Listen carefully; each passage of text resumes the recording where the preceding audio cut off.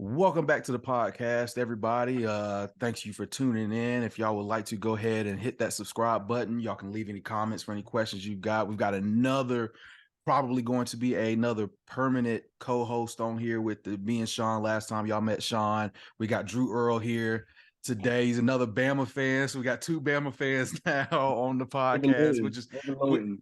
yeah, which is cool. I mean, hey, I'm all for SEC ball, but today we're gonna take it in another direction. We're gonna kind of get into some XFL talk right now. Definitely with another football league that's going on right now. Give you some spring ball to look forward to, especially with anything not having any official like NFL games or college football games. NFL gives you that fresh kind of football option. It's the third go around for it. It's a whole overhaul. I know, Sean, you've been kind of following this from a way back in the beginning in 2001. If you want to touch on kind of the history of the league and kind of we can take it from there. Man, absolutely. I was actually a season ticket holder back when the league started because Birmingham actually had a team back when I lived back in Birmingham, the Birmingham Thunderbolts, right? Yep. I think I paid about $150 for, for I was on the 50-yard line, man, about 10 rows up. It was, to me, it was great. Football was just okay, but just having a football game to go to was great. But to give a little backstory, the XFL was originally founded in 1999. It was a joint venture between NBC, the television network, and Vince McMahon, founder of, at that point in time, it was the WWF. Now it's the WWE. The first season actually kicked off in 2001. There were 8 cities that had either supported NFL teams in the past or had previously supported pro leagues like the USFL or the CFL, right? They just wanted to be in cities that they knew at some point in time were going to be able to bring butts into the seats of the stadiums, right? Yep. The teams were divided into 2 divisions. It was an Eastern Division and a Western Division at that time, and the teams that were in the Eastern Division was the Birmingham Thunderbolts, the Chicago Enforcers, the New York, New Jersey Hitmen, and the Orlando Rage.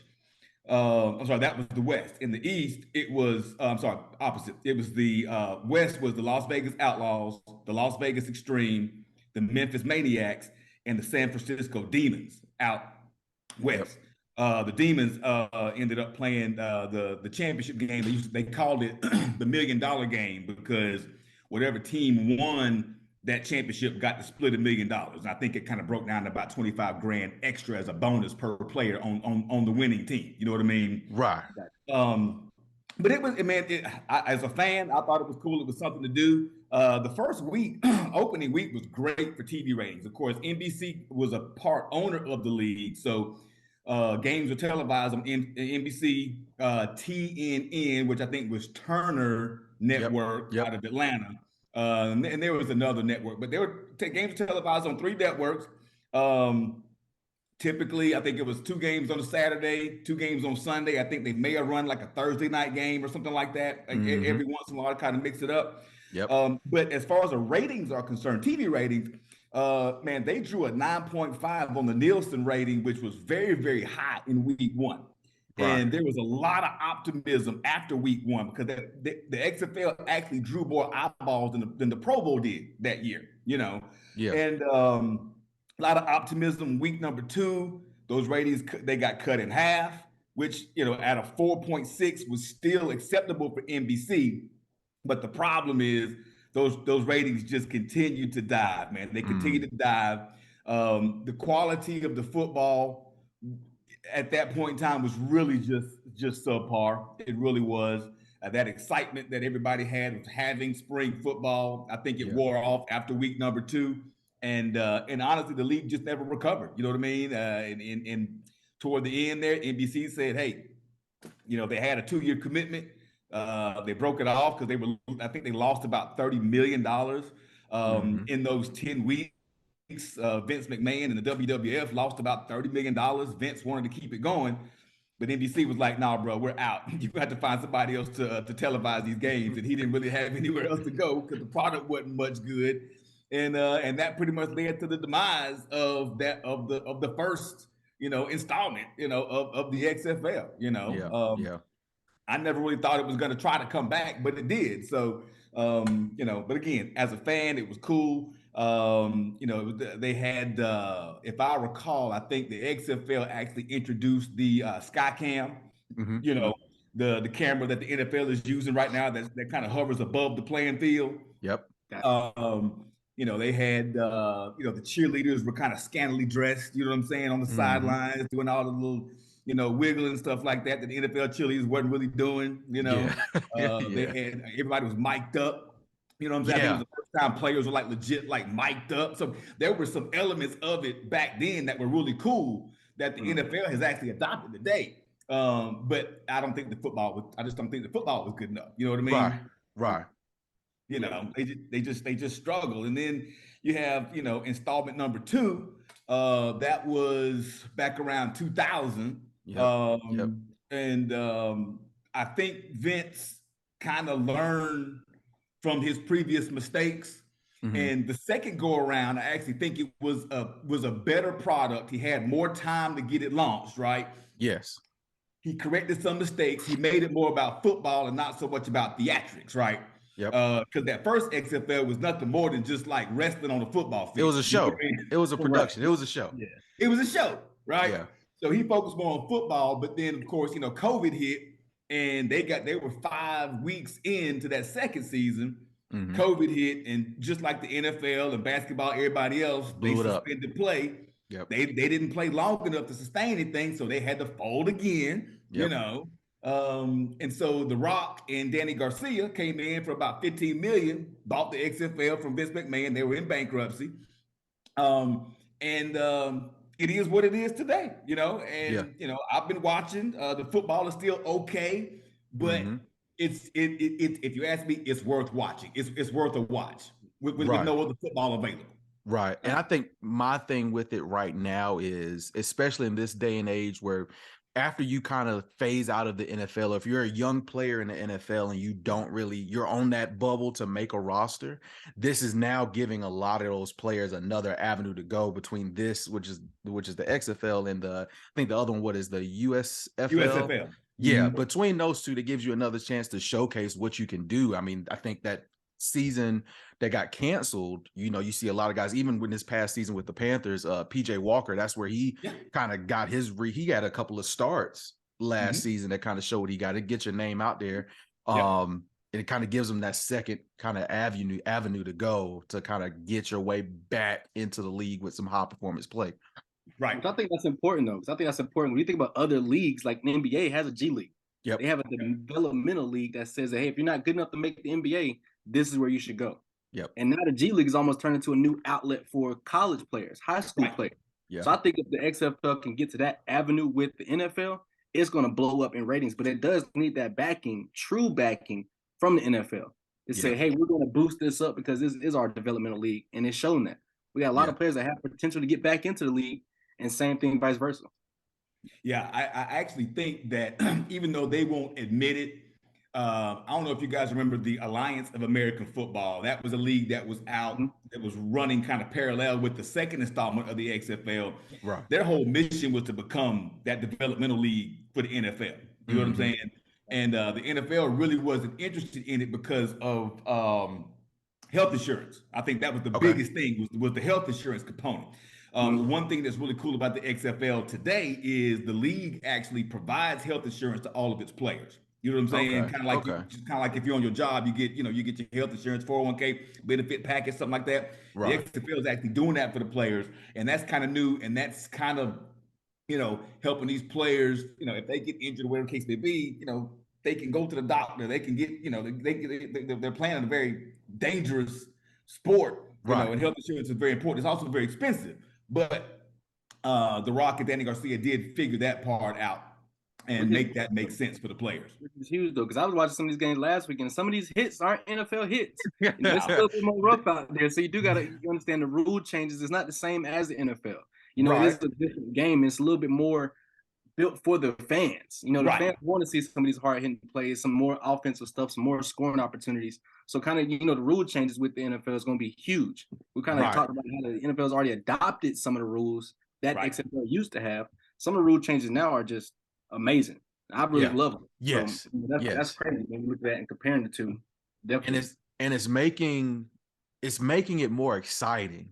Like the end of these games are getting like exciting. And we've talked about this before where I think it was maybe like 2 weeks ago where you had that one game where instead of like there's no 1 point extra points anymore. Is you go for one and it's an actual offensive play. You go for 1, 2, or 3. You got a team that's down, 5 points. They go for 3, they get it, and then now you got the onside kick, which is out of the sport now. You got a 4th and 15 from your side of the field. Hey, go convert it. And that's where you see a lot of these pops. Like they're letting them play. And so you get some hits out there where you try to complete and catch a 15-yard pass. You get laid out to keep that ball, keep you from converting that. Right. Oh yeah. That's crazy though. Crazy. How do y'all feel about the kickoffs now? How there's no running starts for kickoff. You kind of like line up right against each other, and there's one kicker that's all the way in the back, and there's one returner all the way in the back, and you can't move until the returner catches it, and then they go. I'm gonna let Sean go first on that one. Yeah, so I like it from the aspect of the whole reason why they adopted this rule was to encourage more returns. You know what I mean? What's happening in the NFL right now is I think it's like 25% of the kickoffs are not even being run back. They're just, they just taking it to fair catch and just moving the ball. You want that action, that excitement. The kickoff return is the most exciting play in the game at times. You know what I mean? Think about watching Devin Hester and some of these, Dion, like these cats that were very electric on kickoff returns. The NFL is basically taking that away from the game. We want to see that. So the XFL said, hey, how can we encourage this to happen more? And I think they did a great job with that. Yeah. That's definitely. And it's also safer. I think once the average fan can get past the awkwardness of it, it looks kind of crazy. You're like, what's going on for this first play? But the safety behind it is crazy. But I think the XFL players have to get a little more creative with it. I've kind of seen this catching. They try to block man to man, and they try to just make a run out of it. I'm like, I want to see some reverses. I want to see some throwbacks. I want to see some cool stuff with it because it can revitalize the game. And XFL right now, Sean, to your point, has a 92% return rate. 92% return rate. So almost every kick is being returned. So the field position gets into play. So it's definitely a new part of the game that I think we talk about safety of it because me being and you being a Bama fan, we're known for some of the crazy hits on kickoff. It's almost like a tone setter. You come down there, Reggie Ragland coming down there and taking somebody's head off on a 60-yard sprint. It's kind of dangerous for some people. So I like the new rule. I think it's something that can really bring that game back to because when you think of those Devin Hesters and those Dions, they made a career out of it. Correct. Yeah. Steve Smith, one of Panthers' best wide receivers. That's how he came in. As a return specialist. Right. He built himself into a Hall of Fame wide receiver, but the kickoff part of the game is something that I don't think can go away. We got to adjust it in a way that's safe and fun. I think the XFL is the answer for that. Yeah. Let me ask you, how do y'all feel? Because I don't know how I feel about this, about every play being reviewable. Every flag on the field being reviewable. I don't know if I'm all on board with it because I feel like some of that is the aspect of football. You're not going to get every call. So I mean, to me, that's just kind of like some stuff. I mean, like you could put it in categories, yes, but I don't know if I feel like after every play, we should be able to review anything that happens on the football field. Yeah. Well, so I've seen probably 4 games in full this season of the XFL. And even though that option is there, I'm not seeing coaches utilize it all the time. You know what I'm saying? I like the fact that it's there. Because, I mean, let's say you're out of challenges and a play is just wrong. Yeah. You know what I mean? Like blatantly wrong. It's just blatantly wrong, and you can't do anything about it. I think what the XFL has done is just took the handcuffs off and said, hey, you can review whatever. Please, let's not be a baby about it and review everything. Use your common sense. And I think it's the same way because they've got the people up top looking at the player, whatever the case may be. Right. They buzz down and say, hey, you may want to look at this. I think it's a good thing as long as the coaching staffs are not abusing it and using it for legitimate plays that they think need to be reviewed. Right. What you think? What I've seen so far, kind of goes right along with Sean saying. The coaches aren't abusing it yet. And I think if you get into these closer games as we get further along the season, when the intensity comes up, this thing's gonna be a little bit chippy. But one thing I love about the reviews is that we get insight look into their the review system. I think if that's an aspect of it, I don't mind it. Because I love to know if I'm thinking the same thing or what's the referees thinking. Right. What's the control room thinking? Like, what are they saying about this thing that I'm looking at? Because I saw one other day, I can't remember exactly what team. I want to say it was the team that has Paxton Lynch on. He had a quarterback sneak, fumbled it. Terrible review. Nobody could see where the ball was, but the team got the ball. So I'm like, when the booth showed, okay, this is what we saw. The quarterback doesn't have it clearly. It's a live ball. You kind of see their step by step process they're thinking. So it kind of gives me more insight into the reviews. Yeah, I kind of like it. Every play will be tedious, but I kind of like it. Yeah, I love the fact that you're in those discussions now. You're actually viewing the guy in the booth that's looking at all of these replays and communicating to the ref, and you're hearing their conversations going back and forth of what they're looking at, just like you were saying, what they were looking at, what's the different metrics that they're putting into use, who can see the ball, can we see the ball, can the booth see the ball, can the ref see the ball. I asked that part of it, I'm all for. When it comes to reviews, I wish the NFL would take that and just say, hey, transparency, man. This is what's going on in the league. This is what we're looking at with these big calls. Because you have it every single season, especially in the NFL, where you've got multiple games throughout the year where games are being decided by some of these tough calls. And the fans are just sitting there like, I know what I saw. What are y'all seeing? Exactly. Yeah. I think that's the frustrating part about the NFL. But the XFL is trying to give some ideas to the NFL. A lot of the XFL is a trial run to see what new rules can be adapted. So I think that's going to be something in the future that NFL is going to take advantage of and getting us that insight. Because I know they make some wrong calls. And I know they know. I just want y'all to admit sometimes live, like, hey, we didn't make that call the right way. Let's move forward. But I think if you look at how the players respond to it as well, that's something that's going to be, I think, catching forward. Yeah. I believe they have it's a running clock, right? Yes. So let's just say you end up having a game where you've got just more reviews than normal. Yeah.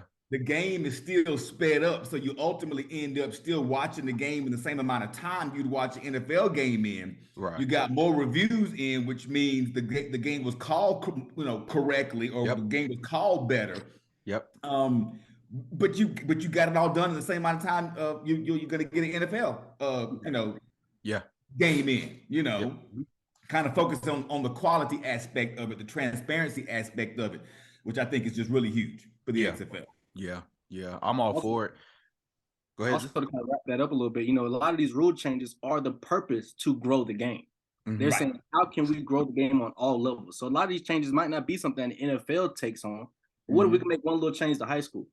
What if we make a change to middle school? What if we can save some of these kids from this impact of football over a long period of time before they even get to their dream? Because I know I played football most of my life, and I get up in the morning, my knees already popping. I want to put together. So I'm like, some of those hits, if I could have avoided those when I was little, I might not be in the same position. So, I didn't make it to the NFL, sadly, but, for those kids that are going long term, health-wise, these rule changes are going to be beneficial for everybody. So I love it. Yeah. I think they're already trying to. What are the rules that they're trying to implement for college football right now? I know I saw one of them was proposed for the running clock. They want the games to be shorter. Even if it's an incomplete pass, stuff like that. I'm all if it's done correctly, I'm all for it. But it's all gonna come down to how it's done. And I think the XFL is definitely a great practice run before it spreads other places. No, it is, man. And I think another thing that's really cool about it is when you get down to the brass tacks, these players, like you said earlier, Drew, they want an opportunity to play to get back to the league, right?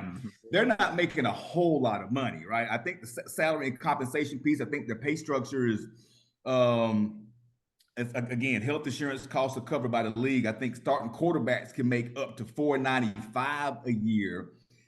I would imagine that's probably like an AJ McCarron, right? Somebody who could actually still be a backup in the NFL right now, but he chose to come down and play. He's a notable character that is kind of being the face of the league right now. You go ahead and pay him $495. Now, granted, that's not what he's making as a backup, because I think the minimum salary for NFL players is like $750, I think, minimum, right? Yep. So they're not getting paid a whole lot of money. I think it's $5,000 a week with maybe a bonus for wins. So they're doing it because they love the game and they want the opportunity. They ain't doing it for the money because they're not really making any money. Yeah, You know what right. I'm saying? Yeah. The fact that healthcare is covered, it's like, hey, I can still play ball, make a little cheddar. Yeah. If I get hurt, I got some insurance. Yep. It's a good deal for me. You know what I mean? So Yeah. I think the XFL has just done a really good job of putting an entire package together to make it attractive for these individuals to go and still play the game that they love, hopefully to continue to fulfill their dream in the NFL. Yeah. I agree 100%. Definitely. The biggest opportunity on the world is what you put on tape. You That's go out it. to the NFL, you put some good tape on the field, it's undeniable That's because it. it's NFL talent. This is Yep. ex-NFL players, players that have been in college, big-time college programs that's in here making up this league. It might not be the best football, like you said, but it is film. Yeah. Film can to the next level. Yeah, it is. It is. And I'll tell you this, watch out. There's two franchises that you got to watch out for. One of them is St. Louis. Mhm. And I'm not talking about gameplay. I do think St. Louis is the best team in the league currently, but we've only gone through 2 weeks, right? Right. But having that quarterback like AJ McCarron, who's got experience in big games, whether it's college or pro, he's brought that team back in the fourth quarter for Yeah. both of their victories. You know what Yeah. I'm saying? But what I was really referencing is attendance. Mhm. I read that St. Louis, they had so many people buy season tickets, they had to open up the second tier of seats in the arena. You know what I'm Yeah. saying? Yeah. San Antonio, they led week 1 in attendance. I think maybe almost 30,000 people, maybe somewhere in that ballpark. Yep. San Antonio and St. Louis are going to tremendously support their team. Yeah. Now, I Right. don't know if their support alone is going to be enough to carry everybody else, Right. but there are already 2 organizations right now that are fully ready to support their organization into the future. Yeah. And that's another thing with a lot of these places they chose to put these teams. A lot of these places are locations where the fans in those locations have been wanting a team for a long time. I can't tell you how many times we've heard, a football franchise has been wanting to build out of San Antonio. And Right. you've got that old Rams St. Louis fan base when they lost their team to LA that are They still mad about there. that. Yeah, they're Right. still mad about that, but giving them not NFL football, but giving them another football outside of college football Right. to go and support, and they've shown up, but both of these weeks. Correct. Oh yeah. Correct. So that's going to be something to watch, and I really hope that the other teams, the other organizations end up being able to really come out and support. I like the venue. I like all the venues except one. I think Vegas dropped the ball with their actual venue because they're playing in I think it's Schumann Park, which is a baseball, like a AAA baseball park. Yeah. Everybody else is playing in what I would consider a first, first class facility, whether it's a converted baseball field like in Arlington or the MLS stadiums, or Seattle playing, in where the Seahawks play. You know what I'm saying? Yep. It's they did a great job with the venue selection, with the exception of Vegas. Right. Yeah. Yep. Totally agree. And I gotta say, I think another great thing about this is, and that's helping with attendance, is the notable players that are playing in the league. Some of them are not like all-star players, but you've got your AJ McCarron, like you were saying. AJ, I would say almost maybe in football households is a household name. I think so. I would think so. I mean, he hadn't shined in the NFL, but coming from Bama, what he did at Bama, everybody I think that followed him at Bama followed his career in the NFL, and even now going to the XFL, they're tuning in just to see what is he doing right now. I think I saw De'Aaron King out of Miami. Right. He's playing right now. Of course, you've got Josh Gordon out there also. You got Vic Beasley that's going out there right now. You've got some real names behind it that'll get you to tune in. And then while you're tuning in, you're kind of like, oh, dang, this guy over here is playing good opposite of Josh Gordon. Like, hey, who is this cat? And it just gives you the opportunity to like, hey, let me go check this kid out, where he come from, what has he done in college? And then, it tells you, it just gets, having those names buy in is going to benefit everybody else in the long run also, even the younger cats. And I think, Drew, me and you were talking earlier about how you got the combine getting ready to kick off right now. What is that option going to be for them going forward for some of these guys who go undrafted and don't get picked up on a practice squad or on a scout team or anything like that? Is this going to be an avenue where kind of they divert after the combine, or not even after the combine, even because the season might be done? But if they don't get picked up for next NFL season, you've got a full calendar year right now. I can go put some work in. I can get bigger. I can get faster if I need to, work on my skills if I need to. And is this an option for me to go do this next spring for the following NFL season? Hey, can I get picked up on the team? Because of, like you were saying, tape tells everything. Tape is everything. That's it. And for some of these big players like Derrick King, he had a stint in the NFL. Yeah. He never got that time to put film up or get on the field. So this is an opportunity for them to really do good. And I think people don't understand the combine aspect of it. Yeah. I think people that are really looking at this combine saying, of course, all these players on this combine right now are not going to make it to a team. Right. Even half of them that make it to a team are going to end up getting cut. What's their next opportunity? Yep. The XFL has shown that, hey, we can come here. You can put film up. This is going to be a national thing. And I think now it's going to stick. I think now is the perfect time for the XFL. It's going to have multiple seasons down the line. So people can put up multiple years. Someone like AJ McCarron, one of the best quarterbacks in the league right now, he's already said, hey, I'm not even trying to get back to the NFL.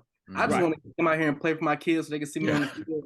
So, the opportunity for everybody's different. And he going out there and showing that, that Alabama true grit in them, saying, hey, I got this thing under control. I got the, experience. And it's really showing it. And I've seen people like Josh Gordon, crazy NFL standpoint, up and down with on the drug parallel, really can't get back in the league in a good situation. He comes in the XFL scoring touchdowns every week. Yeah. So I'm like, you really get to see how people can really put their name back out there. And I didn't even know some of these names that were in there until I heard him play, saw him play, and be like, oh, I do remember that person. He was a backup quarterback for the Cowboys, I do remember him. What is he doing out here? Starting, doing good. So I think that's definitely a good point. These players are going to be great. What you think about it, Sean? Man, listen, it's going to be fantastic. It's going to be imperative that they survive this season and get to next season, because I think that's when you're really going to be able to see, like we're talking about, the combine is coming up next week, or our discussion coming up next week about the combine. These players, they need the XFL to be there for them, if that makes any sense, right? It hasn't been around for more than one season either time it's come about. So either the players that were initially selected to play, they just played that one season, that was it. But as you see more and more seasons come to fruition, that's when you're really going to start paying attention to it. And they're probably going to start talking about it during the combine. It's like, hey, if this cat doesn't end up making it here, I guarantee you he's going to find a spot in the XFL, right? So it's going to all end up being talked about more the longer it can stay around. So I definitely think that they should be in survival mode right now, doing everything they possibly can to stay viable. Do not shut down. Because the longer you can hang in there, the better the product is going to be, and the more talent you're going to be able to pull from the kids that don't make it into the league. Right. I'll be real interested to see how this league looks if it makes it to like a third or fourth season. I think once you get more and more buy-in into it from the player standpoint, and even from rule changing standpoint, because there's a lot of people, even on SportsCenter, you see a lot of them when they show those highlights on there, they're raving about the rules, like how's the game turning out. It's making it exciting. It's exciting, fresh football for you to watch in the springtime. Yeah, man. So it's a lot of fun, man. I'm looking forward to continuing to watch the rest of this season. My son comes to me and he knows who's playing, week in, week out. You know what I mean? He's like, Dad, Seattle's playing such and such. Boom, boom, boom, boom, and this player's gonna be playing or whatever. I mean, don't let little kids start getting involved and start to get excited about it, right? So I mean, sky's definitely the limit. I love the reincarnation 3.0. I'm just hopeful that it continues to make its mark and they can stay around for many, many, many years to come. Yeah, definitely. I agree. I'm a fan of it. Yeah. Definitely. And I'm looking forward to us continuing our discussion about it. I think what are we gonna do? We're gonna get back together, maybe at the midway point. I think midway point would be good. We can tune back in. It's not as big as or as long as a season as the NFL, so I don't think if week in and week out needs to be a discussion about it. But I think you check in midway and then you get ready for this playoff push where they're gonna have. And hey, who knows what can happen? Like I said, we've already seen it in the first 2 weeks of the season. Hey, what's happening over there? And I think it's gonna be interesting. Hey, listen, y'all, we are your connection to the XFL.